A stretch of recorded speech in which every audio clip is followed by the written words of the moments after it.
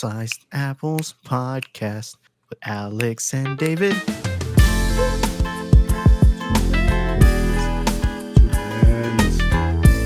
Two fans. It's been a while since I did like a intro like that. Two fans. I was doing it too often, so I had to cut it out, but thought I'd bring it back one time for the one time.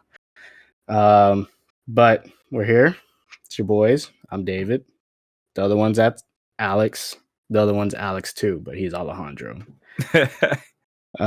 But we got a serious topic today, so we're getting the fun and the little fancies out in the front because there's some serious stuff going on right now in the sports world. We're like a mullet, party in the front, business in the back, or is it the opposite? It's the opposite.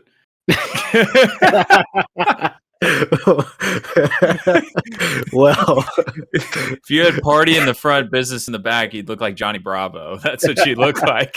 It's not a mullet. Well, then we're the opposite of a mullet on the episode. Then okay. I don't have a mullet, so I don't know. I'm all business, I guess. So as you probably got, if you don't know, you've been living under a rock. But bombshell that hit, I remember getting that ESPN notification reading, and it was just like, what?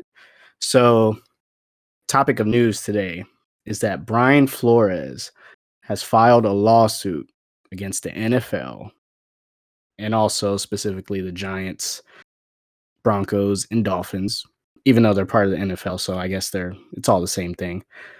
Brian Flores filed a lawsuit against the NFL claiming racial discrimination, et cetera, et cetera. Wow.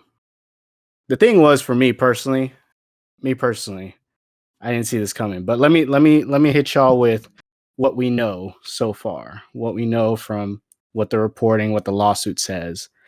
So Brian Flores files a class action lawsuit against the NFL. So some of the accusations he puts out there is against three specific teams, one of them being the Giants.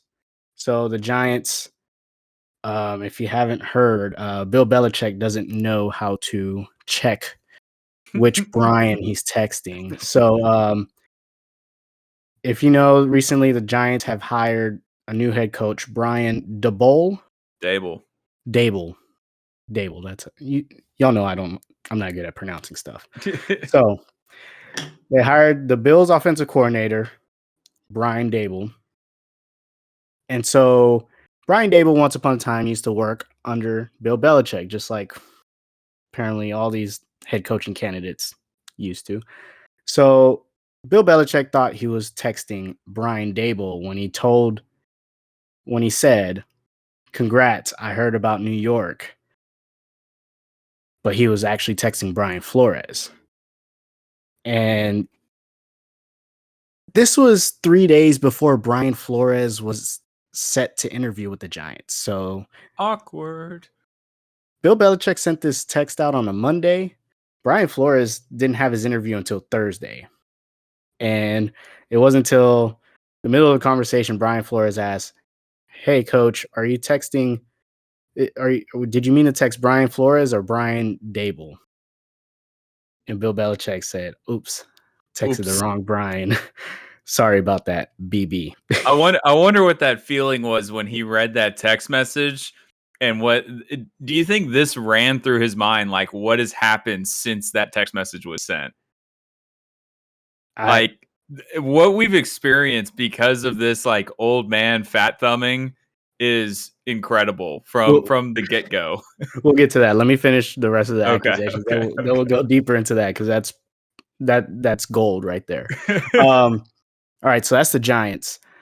The Broncos, I think it was back in 2017 when Brian Flores interviewed for the Broncos head coaching position. He claims that John Elway and the owner and whoever else was on that interview board, they arrived late, and you could tell they've been out all night drinking.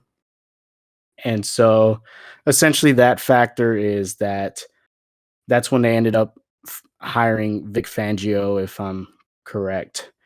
And essentially they didn't take his interview. He was claiming they didn't take his interview serious because they were just checking him off a list for the Rooney Rule, et cetera, et cetera. Moving on to the Dolphins. Dolphins is a little different story. That one was with, of course, the train has to come during my soliloquy, but the Dolphins, the owner, Stephen Ross, tried to pay Brian Flores $100,000 per loss, so that way they could tank and get a good draft position. And also, Stephen Ross tried to tamper in 2020, tried to set a meeting between Brian Flores and a quote-unquote hotshot quarterback, which, I mean, it's kind of publicly out there that it's Deshaun Watson. And Brian Flores wasn't flying with all that because he didn't want to break the tampering rules. So he left the meeting, the setup meeting, before Deshaun Watson could even get there. So that's the main gist of it, at least those main accusations. But yeah, Alex, so I guess we'll start with you. Your thoughts. Just to clarify, it was Vic Fangio, but it was 2019 for the Broncos. 2019? Okay, Yeah. 2019. So got the year 2019. Alexander DeClaire. Thoughts, comments, concerns? Lots of concerns and certainly plenty of comments. Man, this is kind of something that we've been waiting for, because when Brian Flores was fired after the first back-to-back, or I don't believe it was the first back-to-back winning seasons, but it might have been the first of this decade, or at least the last decade.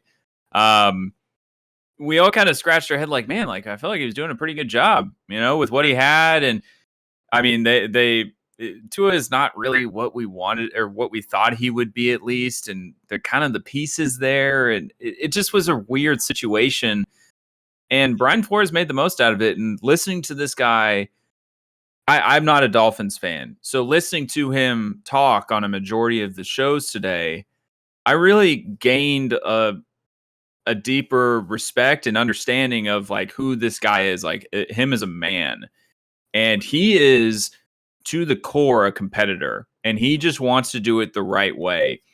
And to see all of this come out and how professional and organized and very straightforward he is with all this, with no ulterior motives. Like, he knows doing this, it's just going to totally, maybe not totally, but very large chance of ruining his opportunities in the future with the NFL, because he's basically saying, hey, I need a job from y'all, but at the same time, y'all are racist. Like, you're not hiring me, you're not keeping me, you're doing all these things. You're checking the box. So I'm very proud of Brian Flores for doing this, because this is something that, even watching him on the TV shows, he came across very professional and collected, like I said, but also uncomfortable, because this is not something he felt he wanted to do, certainly, but something he had to do that nobody else really had the position to do. Because if you think about it, the black head coaches in this league that have had this happen to them, very few, and even less so the people who have the courage to step up and say so. I mean, we saw the Mike Tomlin clip where it's like, I'm not going to comment on this. Don't ask me about it. Don't do this. Mike Tomlin's probably the only other black coach, the only other coach in this league that has the pull, or at least the respect, that could do something like this. So this may very well end Brian Flores' career in the NFL. But man, this is some damning shit. And for the Dolphins, what they're going through kind of makes a lot of sense here. Like what's been happening and how we really thought, I mean, Brian Flores, man, you want to talk about a great coach. And then all of a sudden they're not, it's like they were trying to get there, but at the same time we knew they were holding back, and now we know why. So very, very, very troubling day in the NFL. Yeah.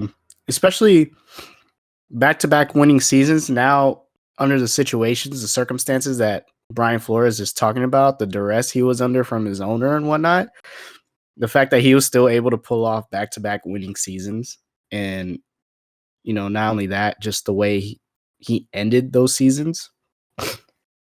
I mean, can't say enough about the guy. I totally agree with you in the fact that I had no idea what he was like as a person, as a man, or anything until I saw the interviews that he did today. And he blew me away. He's just like, I was like, if there's anybody to be the face of this movement, I was like, this is the guy right here, because Yeah. he's just so you can tell he's so well respected, so well mannered. He's like you said, he's a competitor at the core. He even said, he's like, God gave me a gift to coach the game of football, and all I want to do is just use that and do that. Give me goosebumps, bro. You're Yeah, right. Like I he's know. just so like well put together, and it's so sad that he has to do this, but I'm proud of him for doing this because somebody has to. Yeah, and the thing is, you could tell he didn't want to do it, but he felt No. like he had to. And especially like you were mentioning earlier when I was giving out the accusations, when you have something as big, I'm pretty sure the catalyst was the Bill Belichick text. It has to be, man, because that right there. I mean, just take that out of the equation. You don't really have a solid case, Yeah. but that text, Yep. those text messages that solidifies your case, because it's just, why am I being interviewed if they already have their candidate? What, like, and the one thing they did talk about too, behind the scenes, there have been coaches, black coaching candidates that refuse to even go to interviews for head coaching vacancies because they feel like they're just a checkbox.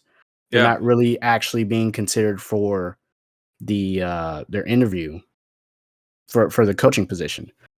And so that it just honestly, it just shines the light on a problem that's been there for a very long time. And I guess they had good intentions with the Rooney Rule, but ultimately, after hearing the way everybody talks about it, I'm just like, man, the Rooney Rule kind of, I feel It's like the like to a terms of certain extent, service, bro. It's like the terms of service. You just sign at the bottom so you can get whatever you're trying to get out of the, you know what I'm saying? Like you always get the terms, you yeah, scroll down to the bottom and just check the box and then move to the next page. That's what that is.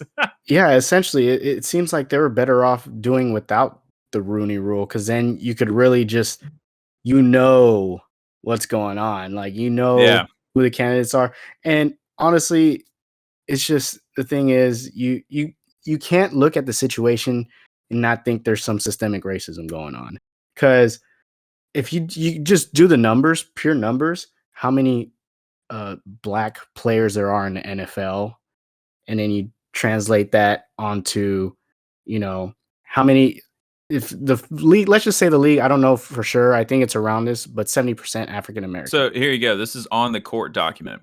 Okay. So these are the numbers for you. There's only one of the NFL's 32 teams, that's 3%, employs a black head coach. 4 of the NFL's 32 teams employ an offensive coordinator, black offensive coordinator. 11 defensive coordinators, 8 special teams, 3 quarterback coaches, 6 general managers, and that comes from a pool of players that's approximately 70% black. It's been 20 years since the Rooney Rule has been put in place. And here we are 20 years later, and we have a racial allegation or racial case that's coming up, and there's only one black head coach.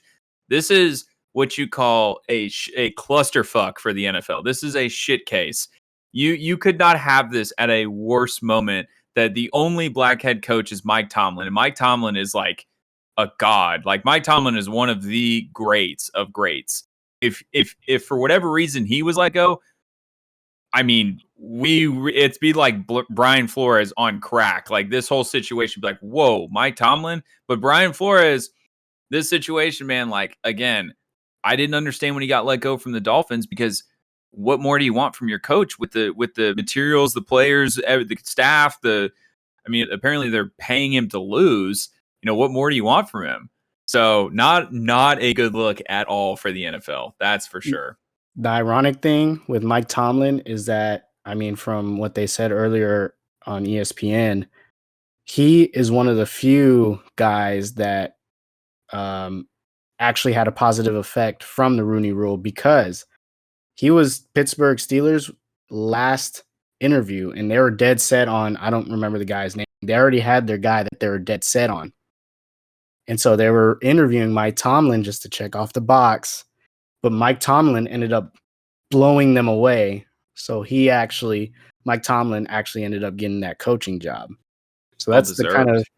kind of irony with that part. But